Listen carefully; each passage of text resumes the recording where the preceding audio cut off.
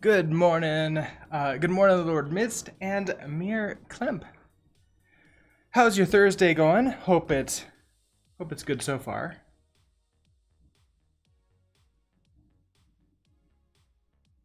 Hey, is the camera in focus today? And it's staying in focus? Oh, okay. That's a good sign. Oh, I want to not select any of that. All right. What are we working on today? If I remember correctly, we've got... Yes, we've got to the point where it's now time for us to create a third entity that the chat can spawn. Oh, perfect. Lord Mist, oh no, you're out of coffee, so you're gonna go make one. Be right back. Okay, no problem. Coffee, like the morning caffeine, is so important. I know that. I know how important that can be. I ran out of mugs, so I'm on the small mugs today. So a little bit less caffeine than normal. The rest are in the dishwasher, which was running this morning. So I'll have them again tomorrow. All right, but a third entity that chat can spawn. So if I take a look at our assets library, let's go into PNG.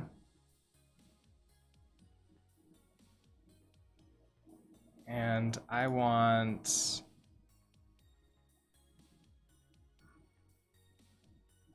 thinking something nature. So my initial idea is to use a snake, because I don't necessarily have anything else that I would want to use.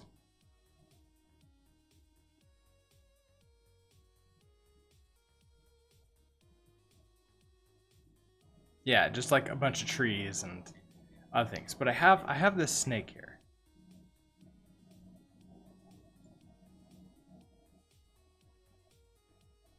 Yeah, okay. This is snake, and it basically has an animation of it. I like how it shows that it's walking. There's no... Snakes don't walk. They slither. So I'm going to go ahead and download this. Throw this into our directory. Oh, it's actually in the correct place already.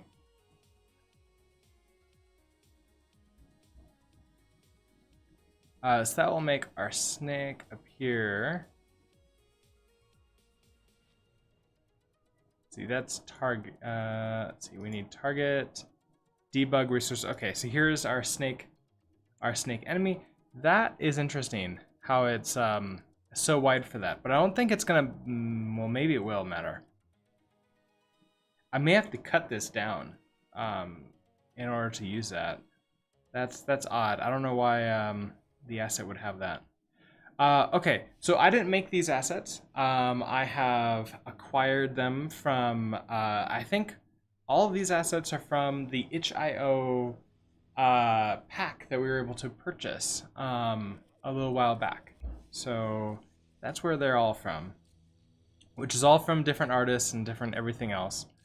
And so I do have, for some of them, I have like where I got them from, and some of them I don't unfortunately remember which ones. But I'll put like into the README. I'll definitely put like, hey, this is where I found like the snake. This is where I found that sword. In case anybody else wants to go and like grab those too.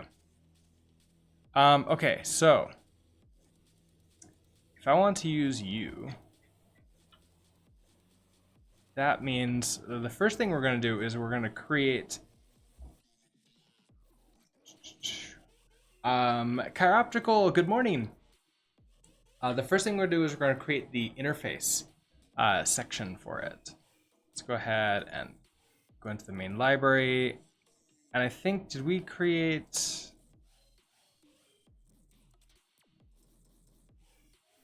Yeah, okay, so create instruction, interface. create instruction interface for large flame, large bit. This needs to be like 300 down.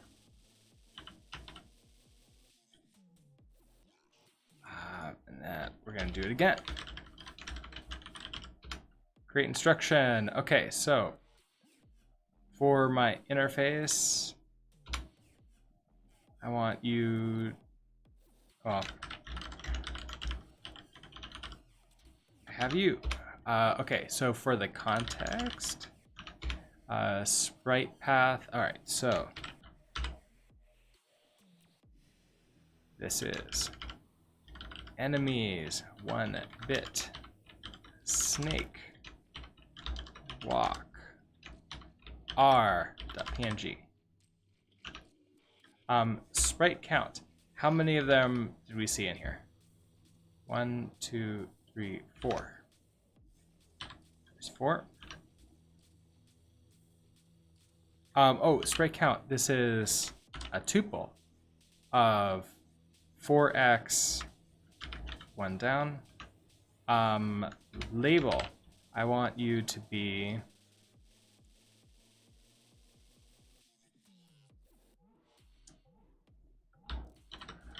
snake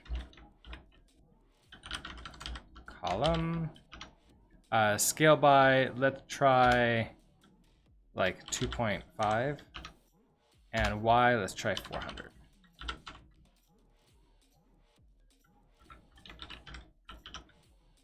All right. So if I do that, let's see if we have a snake and how it looks. Oh, I need to be in the correct bit.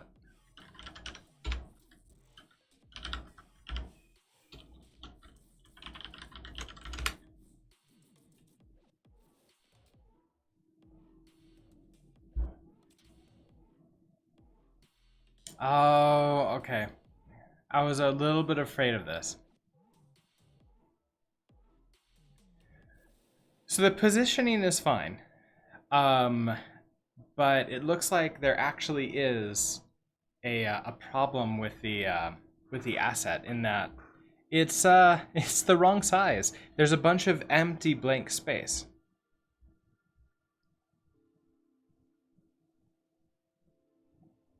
And if I say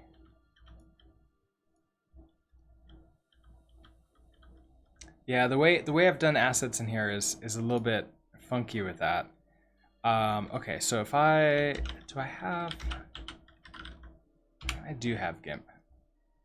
I've installed this recently, so we can try editing this file and maybe cutting off and like getting rid of that extra bit of well, blank transparent background. See if we can open you up.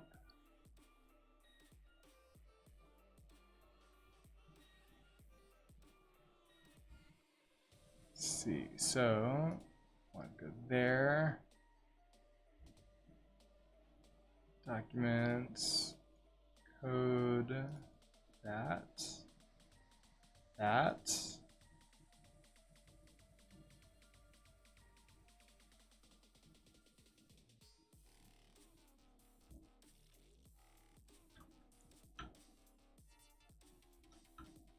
Okay, so as we can see, half of this space is fine, and then the other half is just completely empty. So what I want to do is chop off, I want to just cut this completely in half, and then I think everything will be fine. You're back, Lord Mist. Did you get your coffee, or is it just making?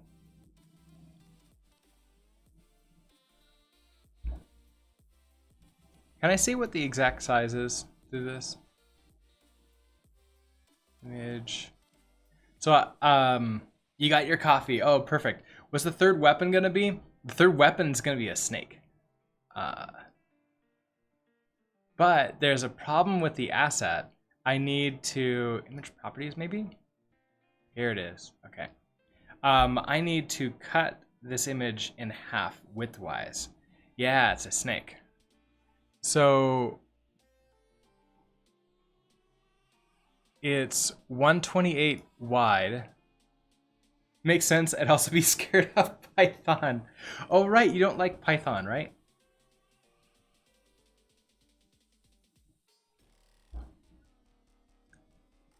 Okay, so it's 16 tall and 128 wide.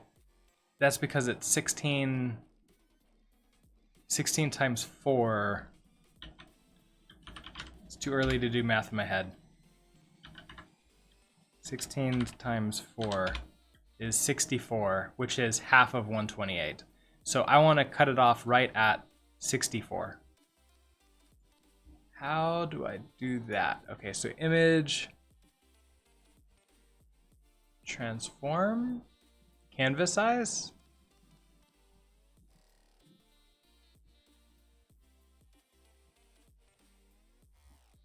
Can I just say that you're now 64 wide?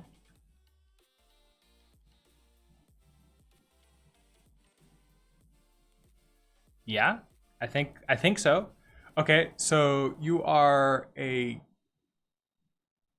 GIMP image. So if I export as whatever you are and just overwrite you.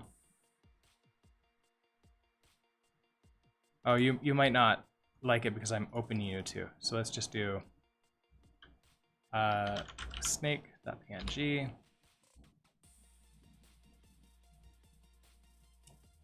I honestly don't know what settings I should use for this.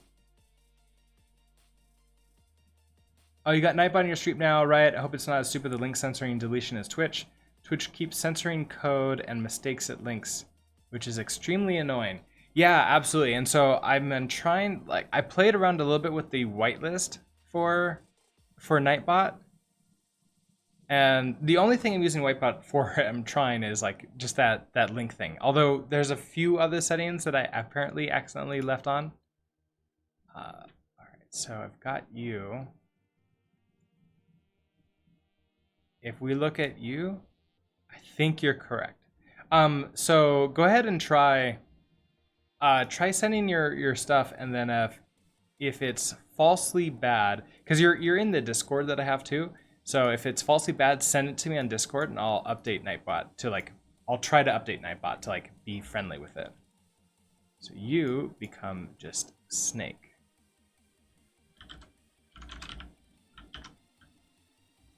And we run you again. This is a code. Oh yeah, that works. Stacking, good morning.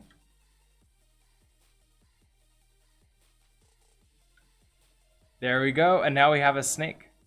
So it's crawling to the right, which means all we have to do is mirror it to have it crawl to the left. So I'm actually thinking I want 2 of these. One to go to the right, one to go to the left. So we could do the right one first. We'll just say that you are R snake, and then L snake. And then I might have a hidden one where if you just do snake, it's random. Like which one you get. I haven't implemented the actual usage of the snake yet. Okay, so now that we have that, it's time for us to figure out the entire game object drop thing. And so we have handle command, but handle command is just pushing in all the default stuff, right? We've now made it so that all that happens in the command. Handle here. Okay, so we're gonna get the scale, we're gonna get the sprite. So like figure out what the scale is based upon, okay. So if I come up to command, not command, if we come up to command type and we add in, now we can get, okay, so basically I think that we can get left snake or right snake, right? So left snake, let's do, which one did we decide to do first? I forgot. R snake, right snake.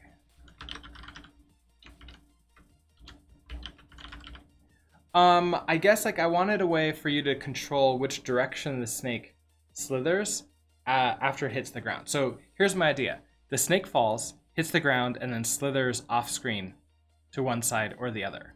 So if you drop it in like if I'm on the right hand side over here and you drop it here, you might want it to slither right.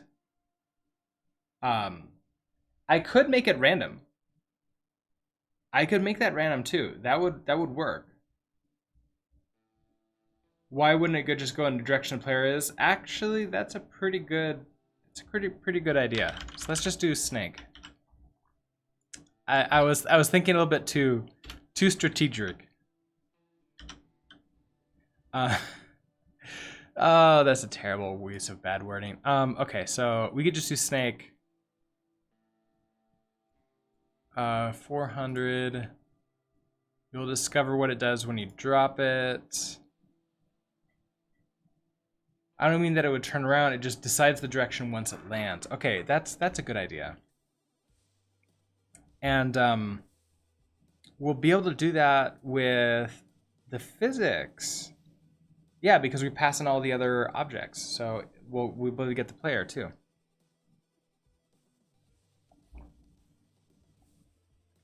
All right, so we have command, we have our snake.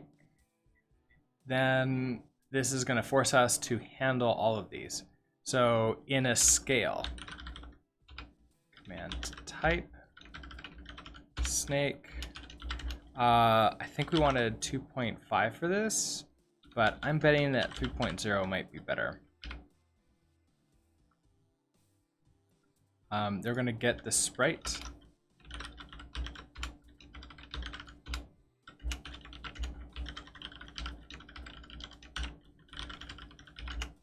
Context, the path is snake.png.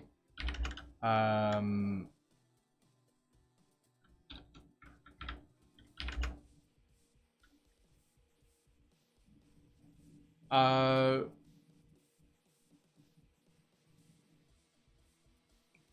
I didn't even notice the link come in. Nightbot, you stopped raising.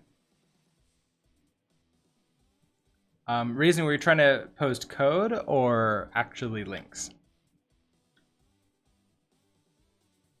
Raising sent a link about some Rust event. Oh, can you describe the Rust event? I'll do a search for it. A Rust meetup link for people to join. Oh, cool. Yeah. Let's see. Is it in let's see. Is it actually on meetup.com? It's in a meetup by Rust meetup Lins. It's in meetup by Rust meetup. Let me make meetup.com. It's this one.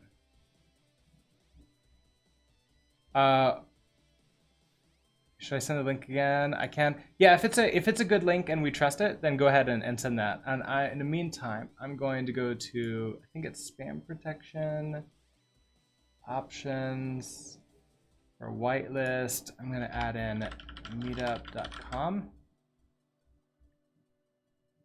and submit that. Okay, theoretically, I've just whitelisted meetup.com, so that should now work. Thank you, Raising, for sharing that out. Also, did you know that you can submit Rust, like the Rust meetup links to This Week in Rust? That will get shared out to like the entire Rust community every single week. So if it's not too late and you have like a couple weeks for it, then that could be good. Let's go ahead and take a look at this.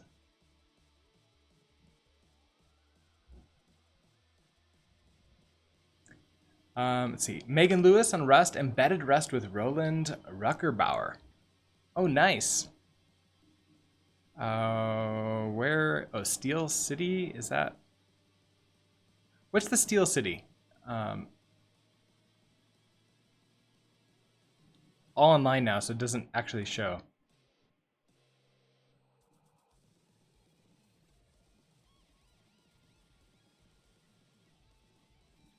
Did you watch the Rust event on Twitch on Tuesday. That was the conference that.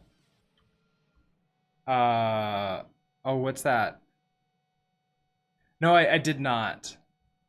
I did not. Ultima Keith is raiding with a party of 17. Ultima Keith, welcome, welcome, welcome, and also welcome, raiders. Awesome to have you here. How was your stream, Ultima?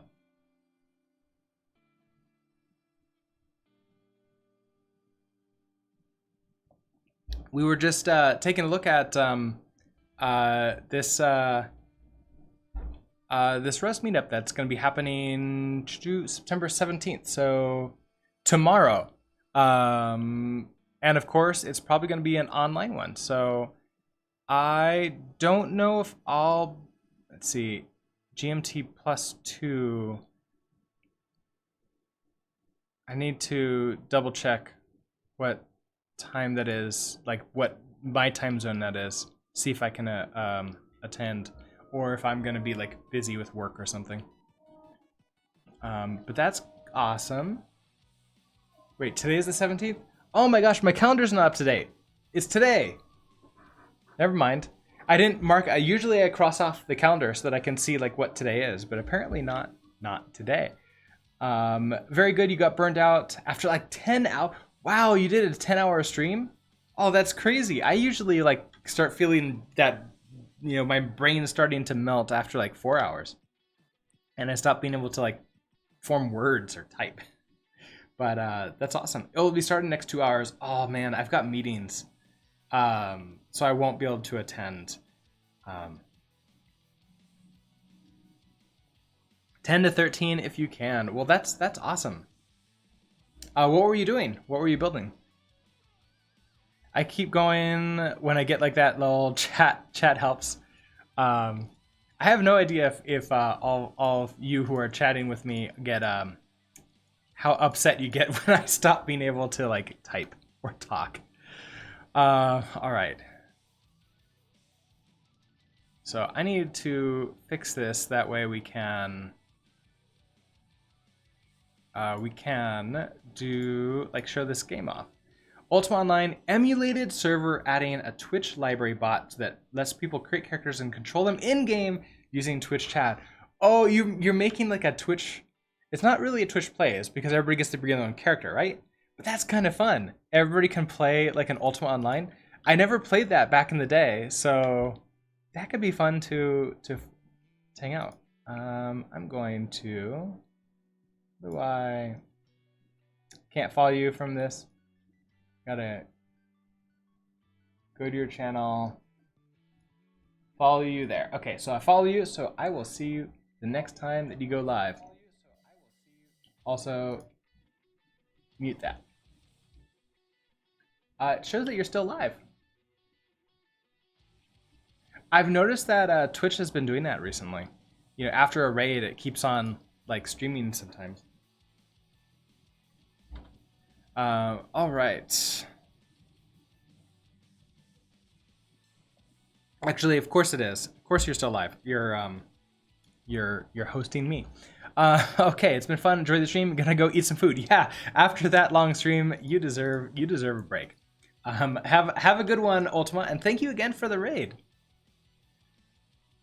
All right, we're creating. So for everybody else who's here, what we're doing is we're building a Twitch chat versus streamer game. Basically, it's a game where I have an arena where I'm gonna be, you know, in as a player. I'm hanging out at the bottom. I get to move left and right. I'm confined to the arena, and all of you get to drop things on top of me, trying to hit me. So we've got a flame that goes to the ground and hangs out there for a little while. We've got a sword that bounces around, and I'm just adding in a snake that's gonna drop in and then slither off to the side. Why not just play the game to demonstrate? I've got it in a broken state right now. Let's see, if I comment a bunch of this out. Comment you out, comment you out. Comment you out. Can I play? Hey, it compiles. So let's go ahead and let's do this.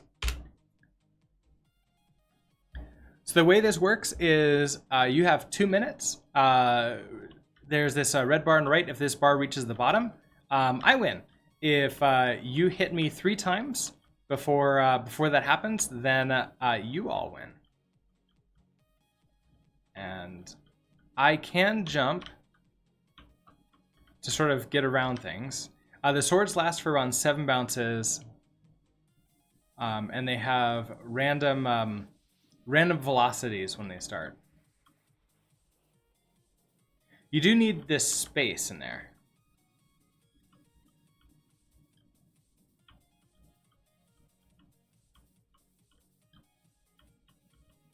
This is right up your alley? Ah! Okay. I've been practicing with some of these, like, lots of items on screen, like, avoidance games. Trying to get better at these. When we first started, I don't know if you remember, like, I would last for maybe 10 seconds. I'm getting significantly better now. Suggestion that player can't change his movement while he's in the air. Yeah, I could definitely do that. I don't have snake in yet, so that's the new thing I'm adding in. Ah! So just got hit there. Yeah, I could make it so that the I can't change my direction once I'm in the air. Although I'm not sure if that would make it too hard for me. I have gotten a suggestion to make the make some of these items fall a little bit faster.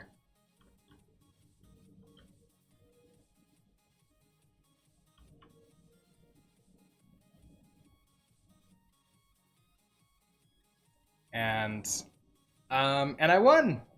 And so then I put in like, hey, I won, and then with all of you participated. So hopefully we'll be able to add in this snake and make it a little bit more interesting. And so I'm using the programming language Rust with the game engine GGEZ. And out of curiosity, how many of you are familiar with Rust? Instead of saying not when the streamer won, why don't you change with teammates to with enemies? Ooh, that's a better idea. Yeah, I like that.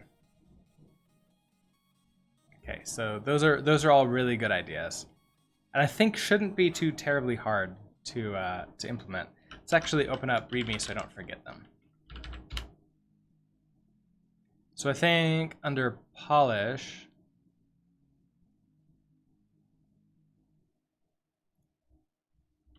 let's add in when streamer wins, show list of enemies. And then the other one was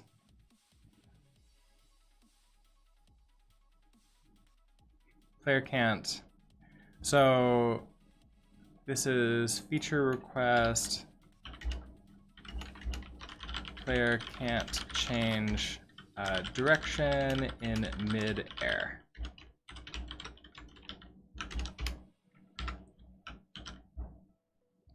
All right. Okay, so we have new snake. So we did the path. Okay, so sprites across. We have 4 sprites. This is 4 and 1. And then we have, oh, this is sprites across, sprites down. So it's 4 and 1. I feel like you're the person who's suggesting the most things for this game. Right now, yeah. I figure like maybe more people will eventually, but I don't necessarily think it's a problem. Okay, I think that's everything that I need. And I think I do need to do a question mark, and that returns that. Oh no, no question mark. Just return that. Okay, so that's adding the snake to getting the sprite. Physics. So we don't have physics yet. So do we have a texture for a falling snake? No, I was just gonna have it fall, just move down. So with physics, we're going to start with none.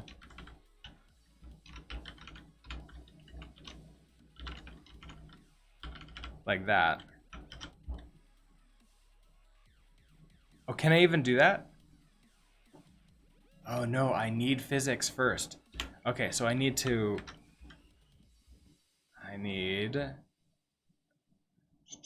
new file, snake physics, rs, and here.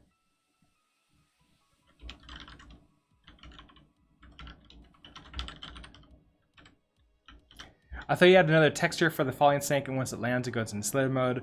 No, I was just gonna have it like drop in slither mode, so it's like, hey, what's going on? Okay, now I can slither.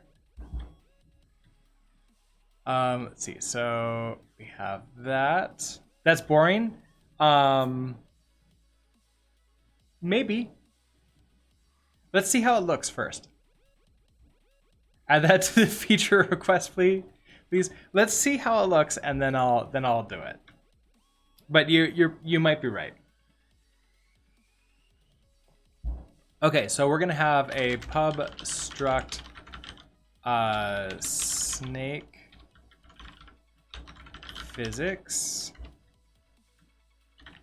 and we're gonna have a velocity. We could just have like a velocity x. It's an F32 and a velocity y, which is an F32. At that point, do I need anything else? I don't necessarily think so. Let's go ahead and impl snake physics pub function new. We're going to return a new snake physics. Velocity x is going to be 0.0, and velocity y is going to be 0.0. So we're going to start with nothing. And then we do need to impl physics system.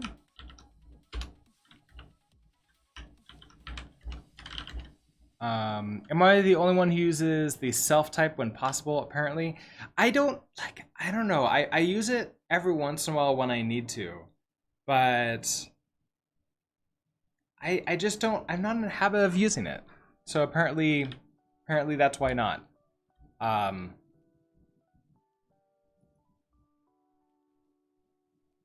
guess like I easily mistake lowercase s and capital S a lot, so that might be one of the reasons.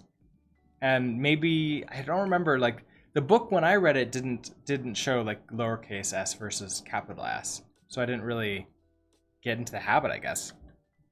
So for snake physics, and then in here, you should yell at us about, what do we need? We need, oh, debug. Implement debug. Derive debug. And we also need update.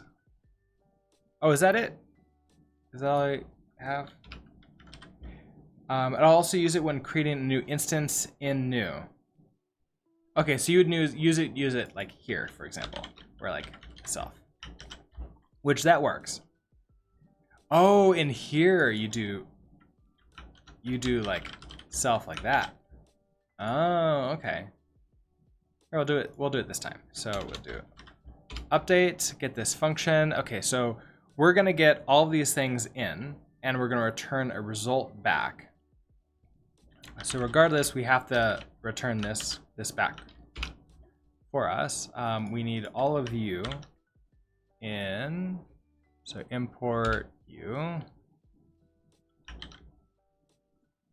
import you, import you,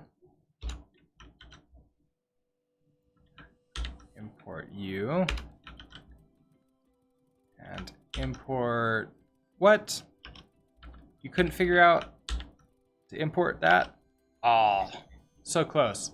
Okay, so I want to use error results, and that fixes that. You love this IRC client you're using now. It even allows you to easily write messages in Vim.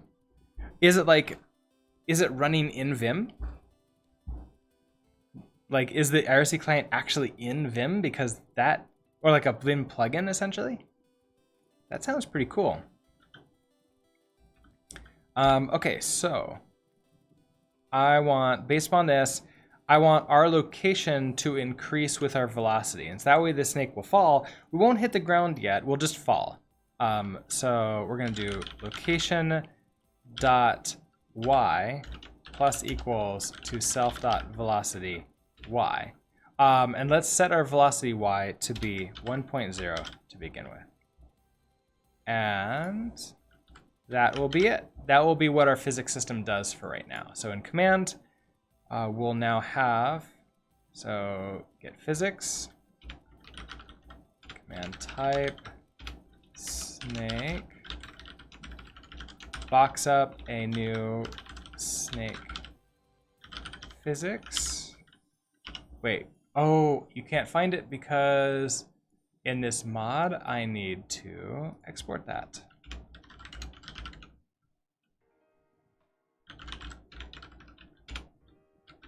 Okay, so export you, and then in the main library, I need to export that too.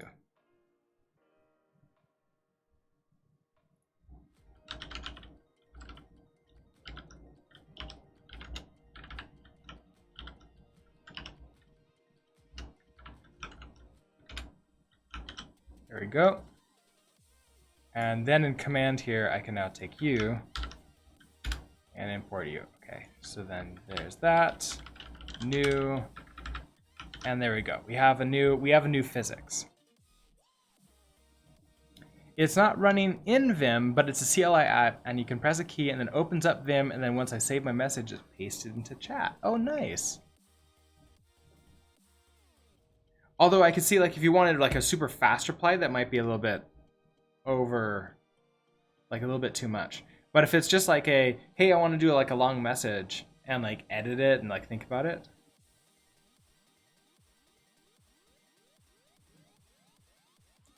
If I want to check that out, yeah, I'll check that out. Thank you, Lord Mist. I will add that to my list of things to take a look at. Do you need a colon between those to get the Brooks Ferris? It's like, huh. I don't know why that didn't show up properly. Oh, one too many. Okay, that's it. All right, next up, get the life system. So we need to figure out what our the life system for this snake is going to be. Like, is it just going to last forever, or you know, or not? And I think that's going to be the idea, is that it lasts until it's off the screen. So our life system, we're going to want to do the same thing here. Snake life system rs.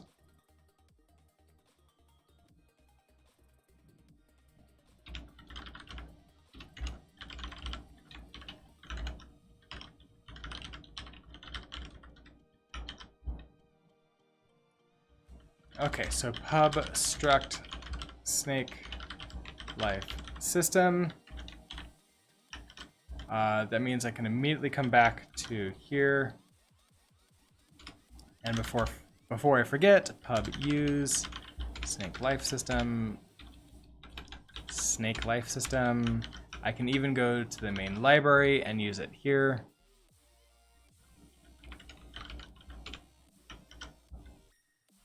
So that way it will be available everywhere. Okay, so snake life system. How, like, what do we care about with this? Basically, it's just going to be is off screen, right? So I don't even know if I need anything about this. Let's then impl life system for snake life system. We'll have to derive debug. Inside of here, our methods is alive, hit, and update. So we'll have is alive. We'll have hit and update. And so for most of these, I think is alive, we're just going to return true to begin with. It's always alive. The snake has lives. I thought it just slivers off the screen. Right, and so I need to tell it when it's off screen that it's now dead. But like everything, I guess like, can I actually, well, no, everything needs to have a life system in order for me to remove it from the game object list. So we might need to refactor this a little bit later. We'll have to figure that out. We'll have to maybe pass like, and to update, we'll have to figure out like if it's off the screen or something. But that will come later. So we now have our life system. We come back to commands and we can now use it.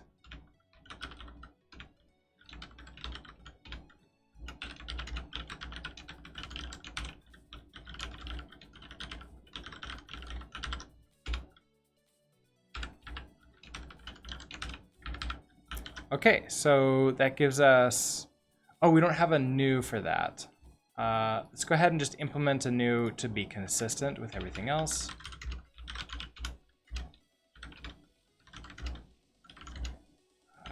New. So if we try self, let's try using self for a while, see how it feels. We just do that. And that will make you all work. So theoretically, we can now create a snake and it will fall to the ground. Oh no, it won't fall to the ground. It'll just fall through the floor.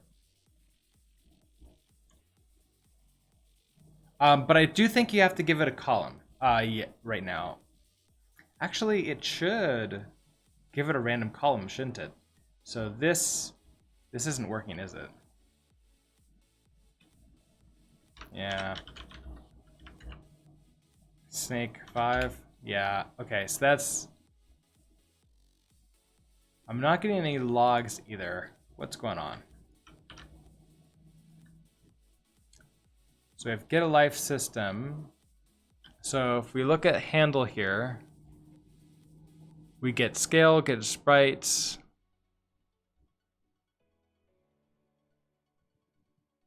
Oh, here's a problem. When we're doing this match, we have to find snake in here. So snake, and you're gonna be okay. Some command. Command type is gonna be command type snake, the ID and the chatter. Okay, let's try this now. You should add some logging to this, like when an enemy spawns, for example. Yeah, that'd be good. I haven't looked at any logging libraries for Rust yet, so that might be good to like look into. Snake like 3. Okay, so we can do random, it looks like, and we can do these ones. That is maybe a little bit too slow. Just a thought that it might be too slow. Hover snakes, yeah. Okay, and I remember now that we in our physics here, I don't actually have to set this. I can start this with a velocity of 0, but we have this gravity force that will make it consistent with everything else. So I could just do, we're gonna start with self.velocity.y plus equals to the gravity force. And then we're going to increase the velocity. So then we're going to increase the location by the velocity. So it will continuously go down over and over again.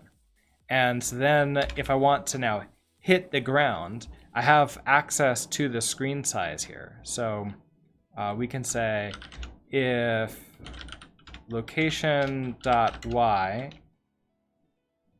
if the bottom of us, so plus location.height, so if the bottom of us is now greater than the screen size .1, we want to reset our location. So location.y, we're going to set that to screen size .1 minus location.height. And then we need to reset our velocity y. So self.velocity y equals 0.0, so it stops trying to go down. And then we can even have a affected by gravity. So that could be a Boolean. We want this here. Affected by gravity. So you're a Boolean, and I want you to be false. No, you start with true, and then you become false here. Self dot affected by gravity equals false, and then this, if self dot affected by gravity, then that's when we hit ourselves with this. We can always update our self-velocity. That should be fine. And so this will make us fall and then hit the ground and then stop. Let's see. What's the difference between location.y and location.h? Okay, so I am using in location, it's a rectangle. So it's a GGEZ rectangle that includes its x and y location, which is the top left of the sprite, and then it has its height and width as well. It's actually really nice because it's just all there together. And I don't have to duplicate the data. I'm using exactly what I already have to have for GGEZ, so it less memory usage. Okay, unfortunately I can't change this, so like I would use height, like the full word height, but that this is chosen for me, unfortunately. It's public though, so I'm using that. All right, so this now, if I run this, the snake is going to fall to the ground and just stop there.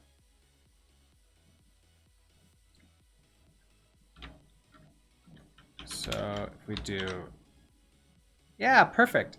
It looks like we have a little tiny bit of space around the snake. I don't know, it might be fine. And then we want it to slither. So only once it hits the ground do I want it to start moving left or right. And I can actually see maybe us like rotate it so it's pointing downwards.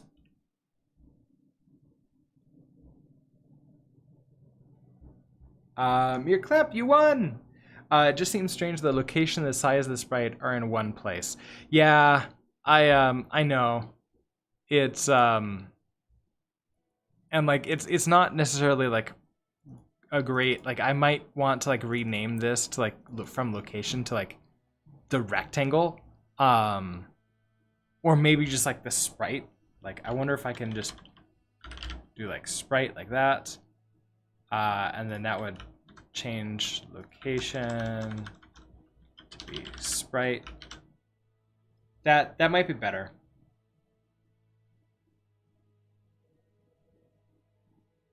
I'm glad we're able to change the names of these without having to go back and update the trait. That would be not fun. Okay, so with that, that actually makes a lot more sense. I like this more. Thank you for that suggestion. Okay, so with that, then once we hit the ground, we're no longer affected by gravity, right? So if we're not affected by gravity, we're now on the ground, right? So as soon as we hit the ground, we also want to set our direction and then have the snake go in that direction. If I just arbitrarily choose right for right now, just to get the speed for this, let's test it out. If I say self dot velocity x, if we just say that you are like 10.0, I don't know. We're just gonna try this, and then in here, sprite dot x plus equals self dot velocity x. All right, so that's going to update its location. As soon as it hits the ground, it starts moving in one of the, well, in the x direction. So if we do that, let's see how this is. In Rust, you also call instances of structs object like in OOP languages. I don't think you're supposed to, but I think a lot of people do. Hey, that doesn't look too bad. I think that looks decently good. If we do 0, it should hit me. Yep, it'll hit me just fine. Okay, perfect.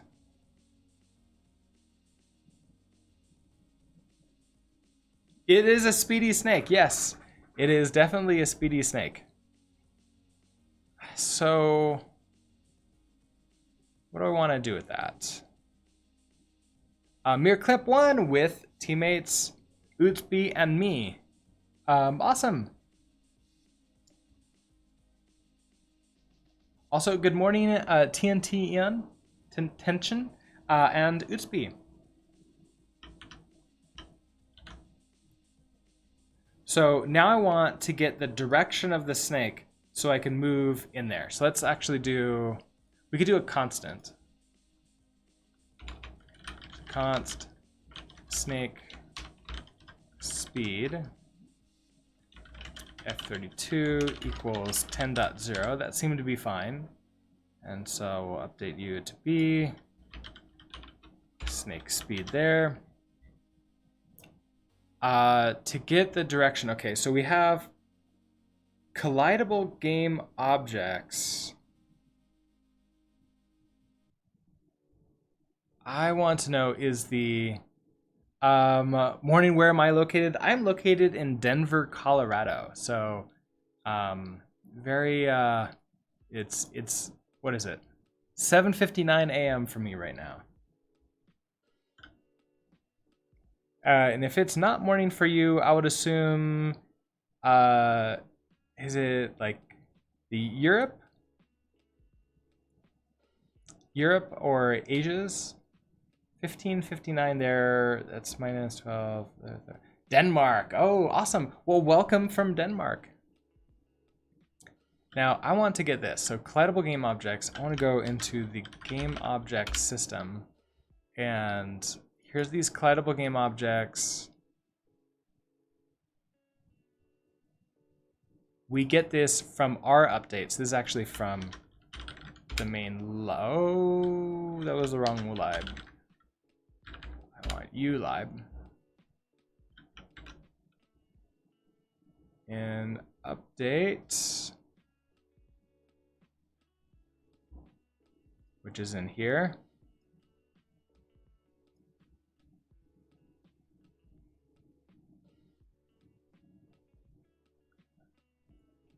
I need to find, where's the collidable game objects? There's chatter.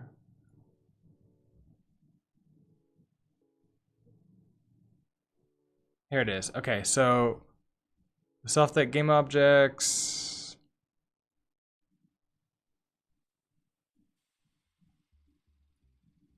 So here's a reference to collidable game object. Collidable game objects. Okay, so we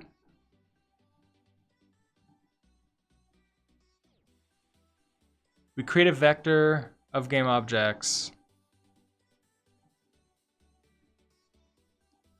So we self.gameObjects, we clone all the game objects, we turn it into an iterator, we then filter the game objects. If they're collidable, then we collect them together. Okay, so it's literally every single one, including ourself. But what we're looking for is the player.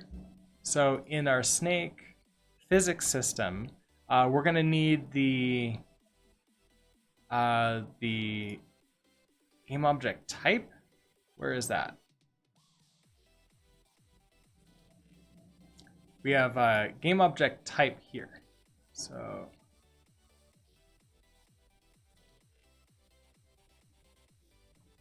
we want to essentially loop through all of our collidable game objects until we find the game object type. Then we want to break out of that loop. I don't want to do a full loop through because it might be early on, it might be late on. I think it's early on because we added into this vector early on. So let's do it like an actual normal loop through here. We only care about doing that after we hit this the first time. So let's actually get our direction that we want to go. So direction. This is pretty much going to be like left or right, right?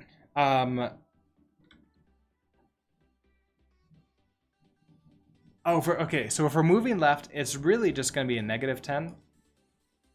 So I don't need to get direction. Our velocity will be 0 on x until we get a direction. And then it'll be either negative for left or positive for right. So I can create a function here. Not in there, in here. Function sort of get, maybe we can have this be set direction.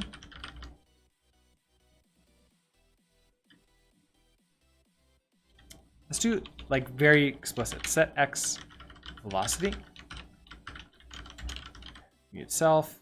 Let's also pass in the collidable game objects.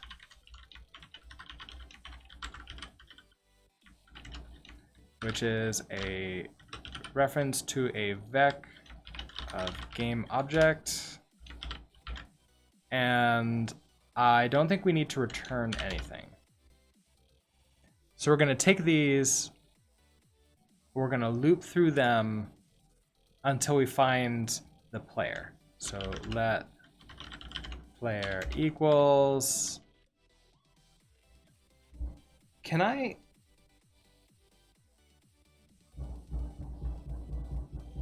don't want to do a loop. I don't think you can early exit out of the well, is there a find? Oh, there might be a find. Collidable game objects dot find. Maybe I have to turn into an iter first. And then I can do a find. Search, okay, searches for this based on a predicate. So then in here, we're gonna get a game object. And then based upon this game object, which is, I notice a double reference, that's fun. So if I dereference it, it'll automatically be one of them. So I wonder if I have to dereference it myself. Game object dot my type, if that is equal to game object types,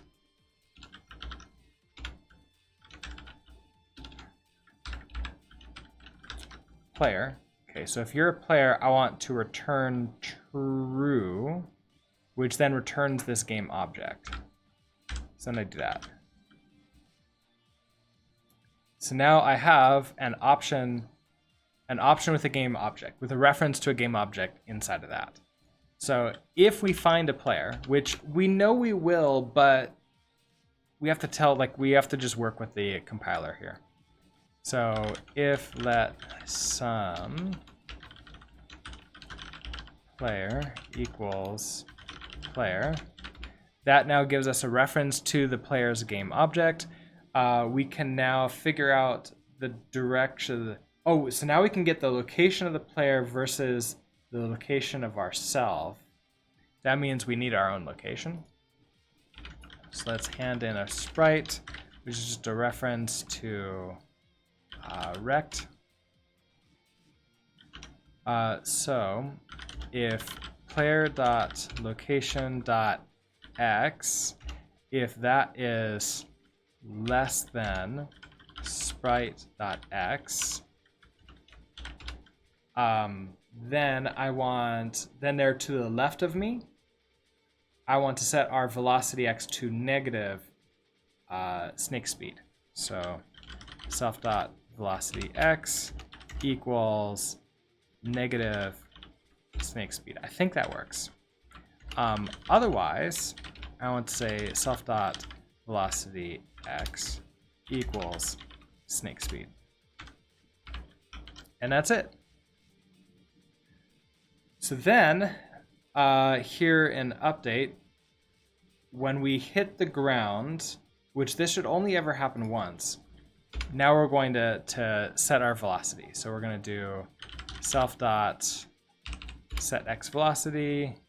We're going to give it the collidable game objects, which is already a reference there, and a reference to the sprite. So save you. And we should be good to go now. Let's try this out.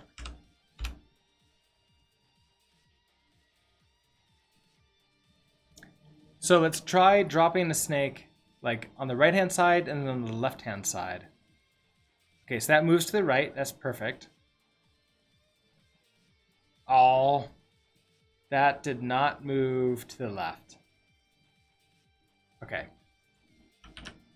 Do I have to just multiply it by -1?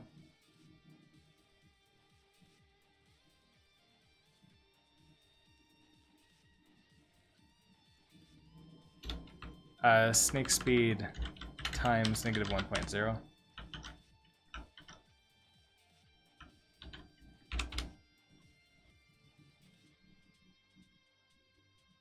All right, let's try dropping on the right-hand side again. So you move right. What? Boo. Okay. What did I do wrong here? We could put some print lines in here to sort of check it out. So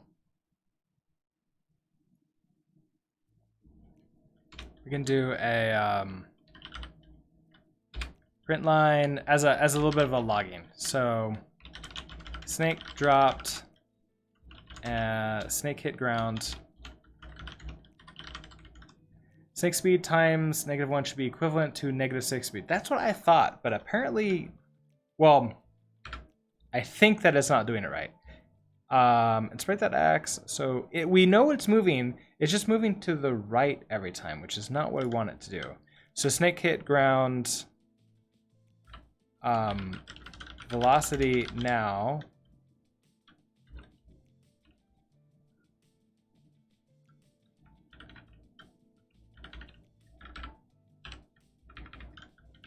And then I want this to be self.velocity x, self.velocity y. So if we do this, we should see a negative velocity log here.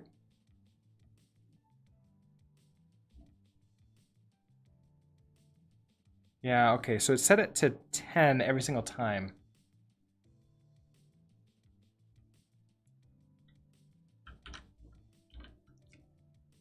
You are, so snake speed is just 10.0, F32.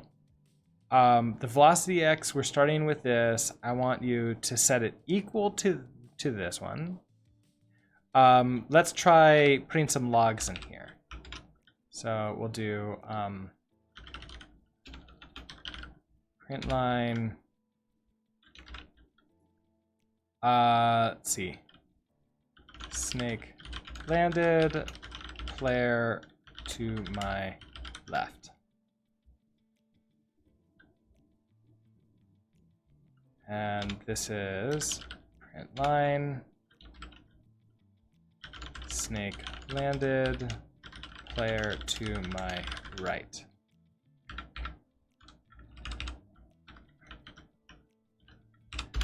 I think we know what's going to happen. They're both going to say player to my right.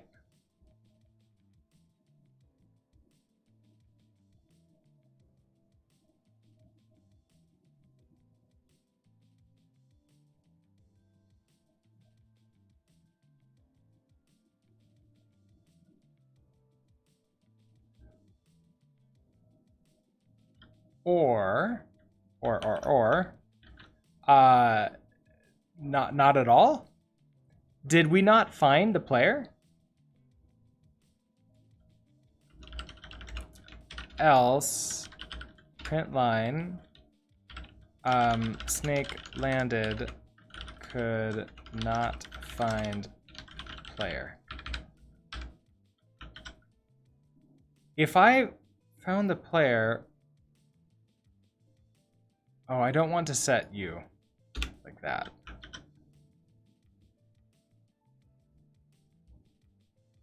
Are you completely sure that minus XP doesn't work exactly the same? No, I'm not completely sure that that doesn't work. I think that it would work. I think that it does work. I have a different problem, clearly. This code is not working right. I think that we're going to get this, this log message.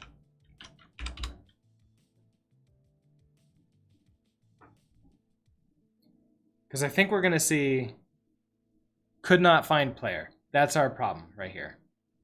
Could not find the player. So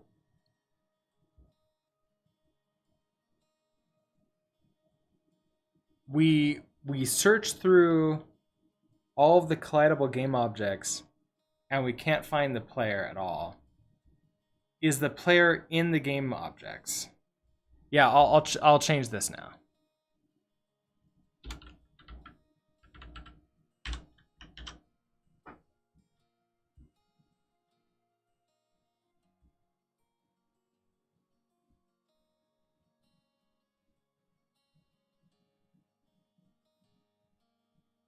So let's see. Find predicate.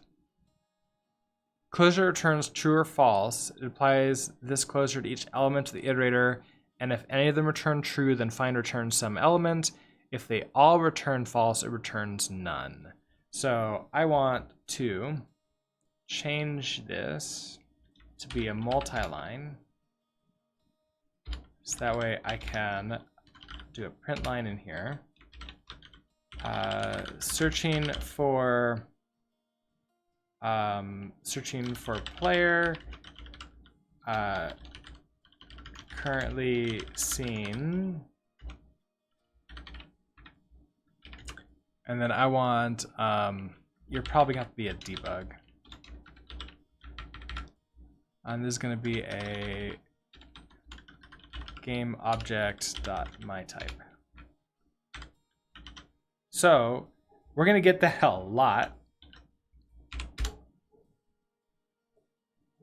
Might as well make that really big.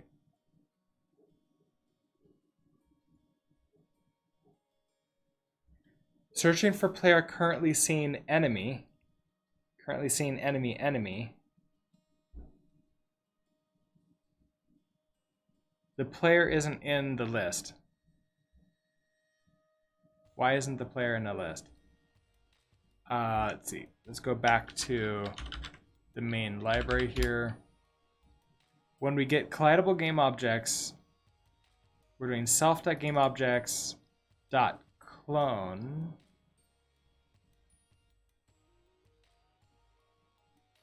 Why don't I use a debugger VS Code to do that? I never set that up. I should probably try. Let's see. That's like the simple answer is I just never really set it up. Now when I clone a game object,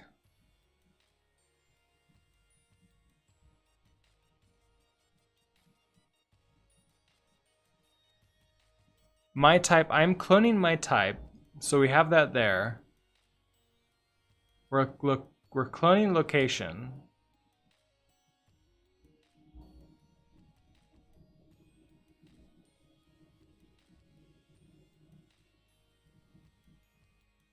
Am I not placing myself in the game objects?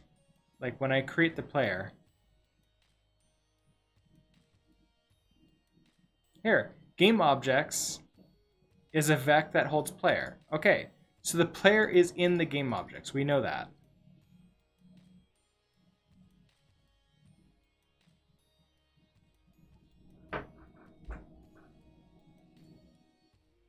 We filter out collidable. Is the player not collidable?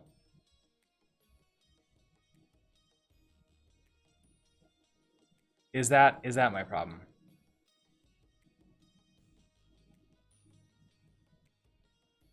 Collidable is false. If I turn you to true, what happens? To debug, you should use an extension called code LLDB. Works very well for Rust. Ooh, we can. I will add that to my list of things to check out in Exploration Friday. I'll just copy this entire message and add that in there. Just create one card. Thank you. Player collides with self in 3, 2, 1. Yeah, no, I'm guessing that's exactly what's going to happen. We're going to collide with ourselves. So I'm going to have to put in my filter for the player physics system. Are we going to see that? Yep, unknown player. Unknown player 1. Perfect. So in the player physics,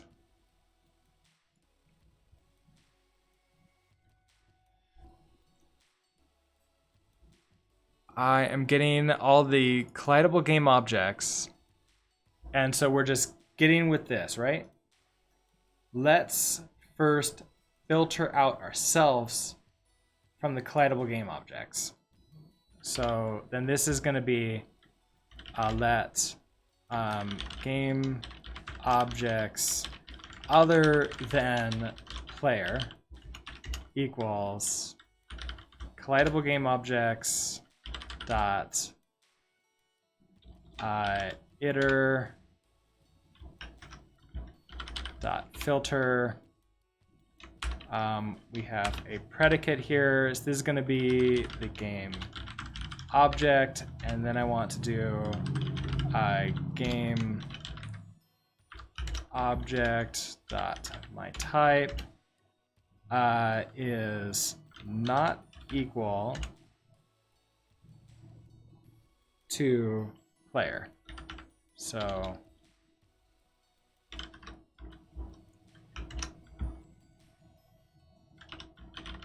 I don't think I have access. Okay, so game object type, import that, player. Okay, so that's going to give me, oh, a filter. Then I have to collect this together into a vector. You should now yell at me that you don't know the type it's supposed to be. That's JavaScript. It's not Rust. All right, so then you're yelling at me because you don't know the type it's supposed to be. Type annotations needed. Okay, perfect for this collect. And then get colliding with, and then you're going to be the game objects other than player. And now you need a value of type standard vec game object. Game object cannot be built from an iterator over elements of type. Oh, let's do an into vec because we can take ownership of this, I think. Is that right? Or we want you to be a reference.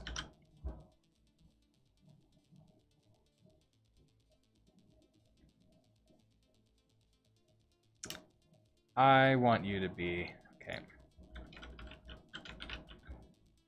We want you to be a a reference to game object. Like that. Can I do that there, or do I have to do it up here? I might have to do it here. Yeah, okay, you're not collecting me into the right thing. Or do I have to reference you into like a vec of a reference of game objects?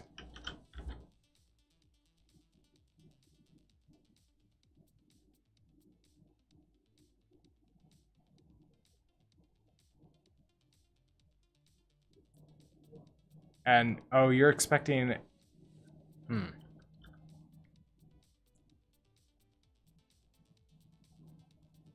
Okay, so I have a reference to a vec. Okay, hold on. How do I want to do this?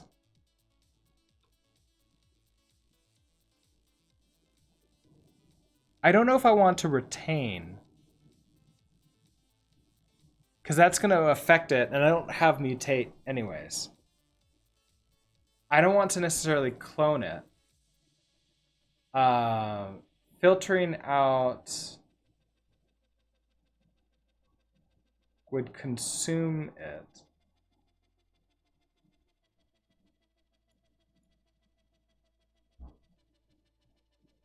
You know what I could do? Shouldn't it only do damage when a player collides with an enemy and the player shouldn't be an enemy, right? Yeah, and that's why I could pass the player separately.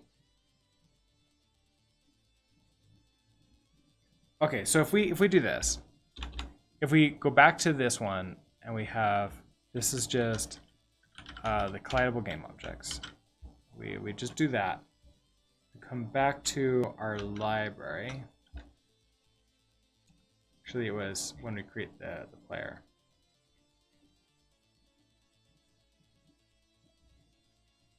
You become false again. You're not collidable. You're not an enemy. You're a player. I think I should pass the player in separately. Except the player also gets the update. So do I want to pass in the player's location? How do we pass in to everyone's update here? Where the player is.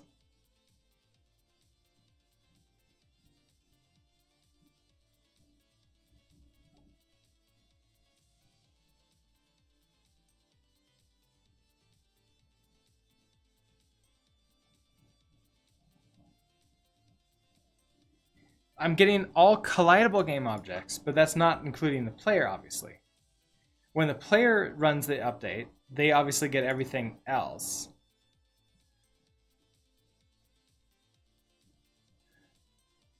Another choice that I have here is when we create this snake, at generation time, we can choose the direction.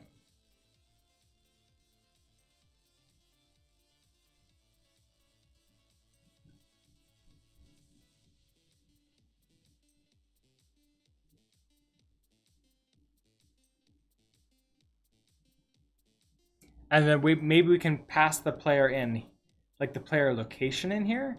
and then pass that into the new snake physics system.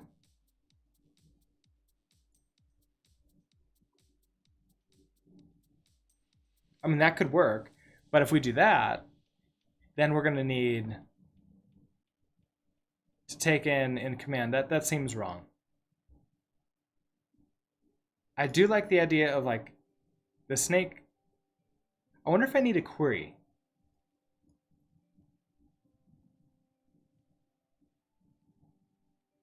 If I need some ability to like query up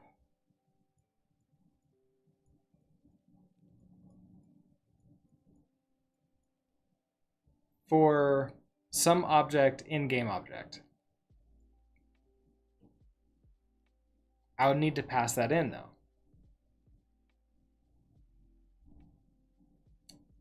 So we have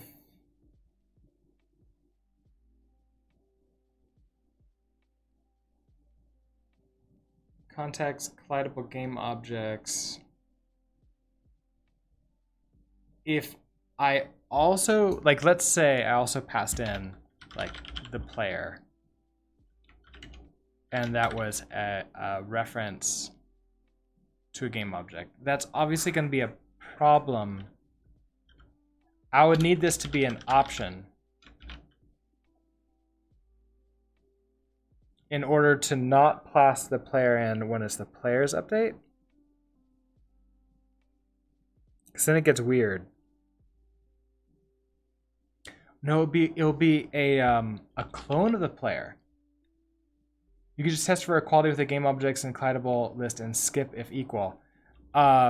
No, the problem is that in my collidable game objects, I don't have the player. The player is not in there. Oh, you're talking about, okay, hold on. I think I know what you're talking about. So if we put the player in, we'll make your collidable.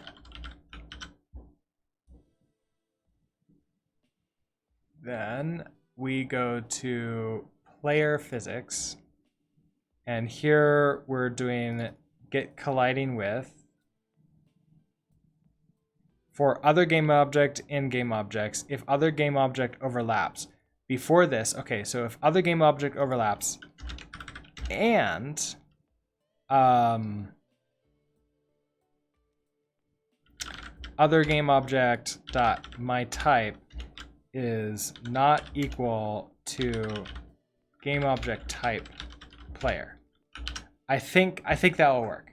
Then go ahead and return if we're doing whatever that happened. Then in our snake physics system, now we have access to the player, and this should work. Let's just try it.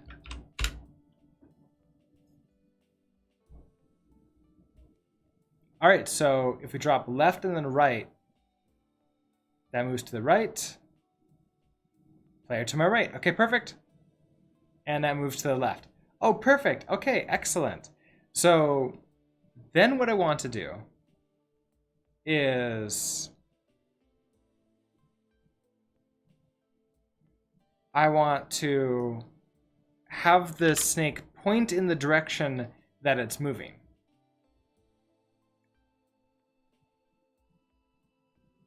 That's going to be in the snake's draw system, I believe.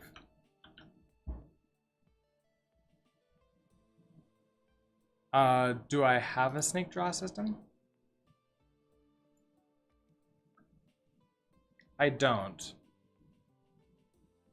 I just have a game object draw system.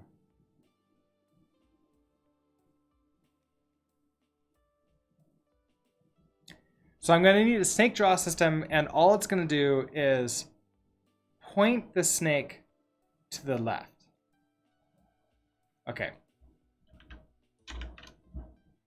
We're going to have to do that next time, though, because it's 8:30, which means it's time for me to head to work. Let's play one quick game for reals before I do that. So I can jump over you. Oh, that's definitely going to add an interesting element to this, especially with the swords all in here.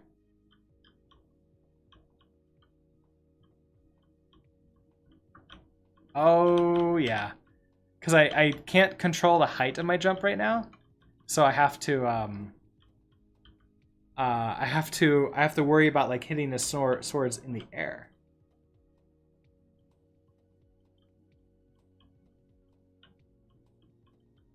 Oh, I'm down to my last life, I think.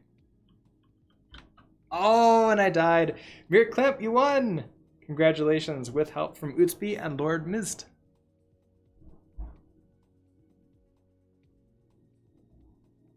Let's see.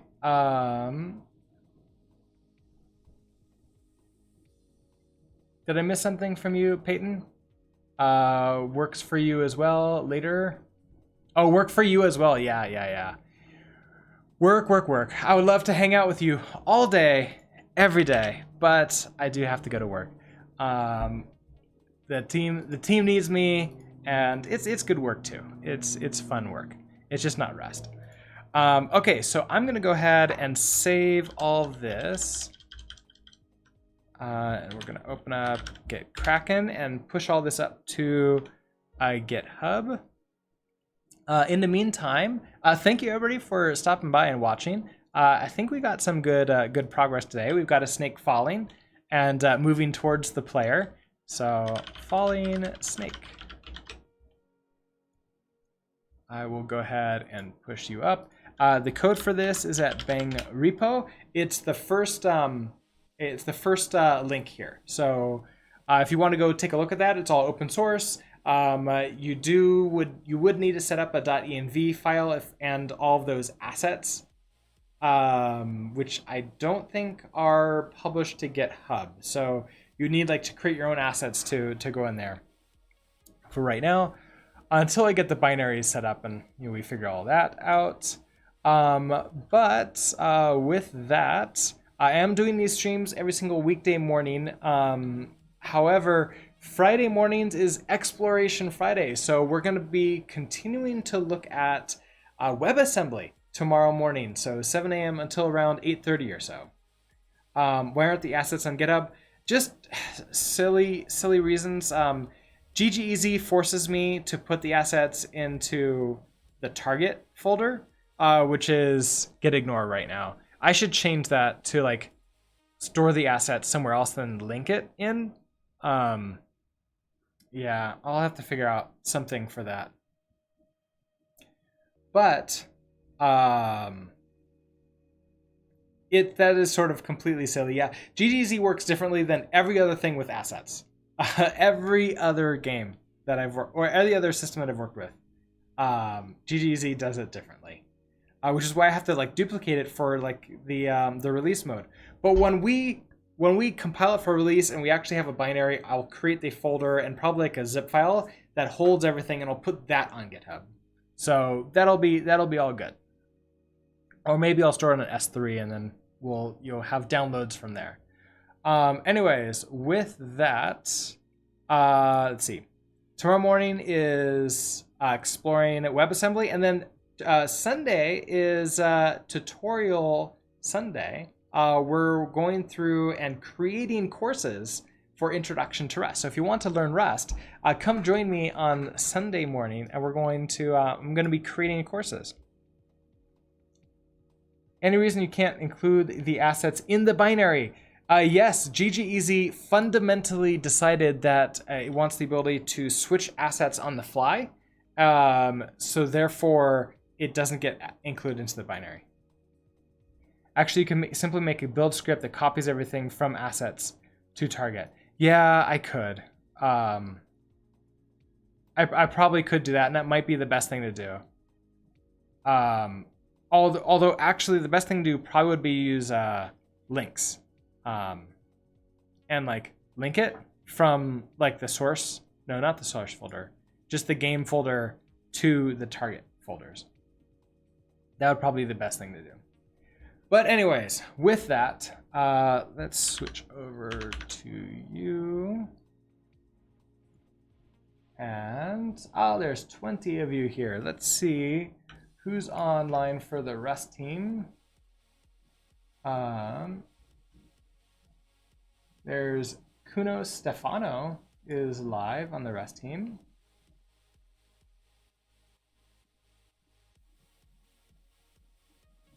Not accidentally putting the audio of an ad out. See what Kunos. I haven't seen Kunos live at this time before, so this is pretty. Let me turn off my music so I can listen.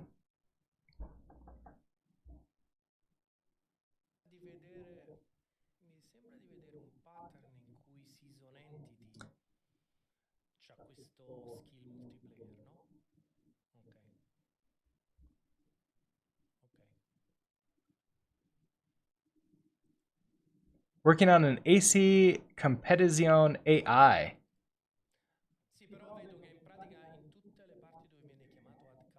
He is speaking, but not English. Let's see. Is there anybody on my following list? Oh, I accidentally got rid of my normal. I need to recreate the pin. Oh, RDBX Rob is live. RDBX Rob rated us yesterday.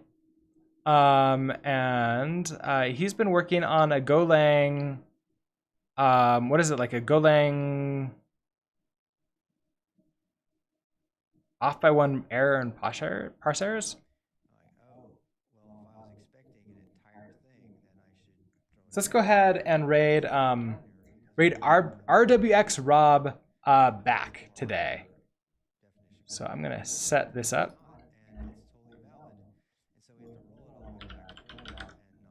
Can I not do that there, or do I have to do it over here? Raid RWX Rob. All right, so setting that up. All right, everybody, let's have, I'm gonna switch over to the ending for this. Let's have a great rest of our day, and I'll see you tomorrow morning for some WebAssembly exploration. And with that, I'll wait until the drops go, and then I'll go.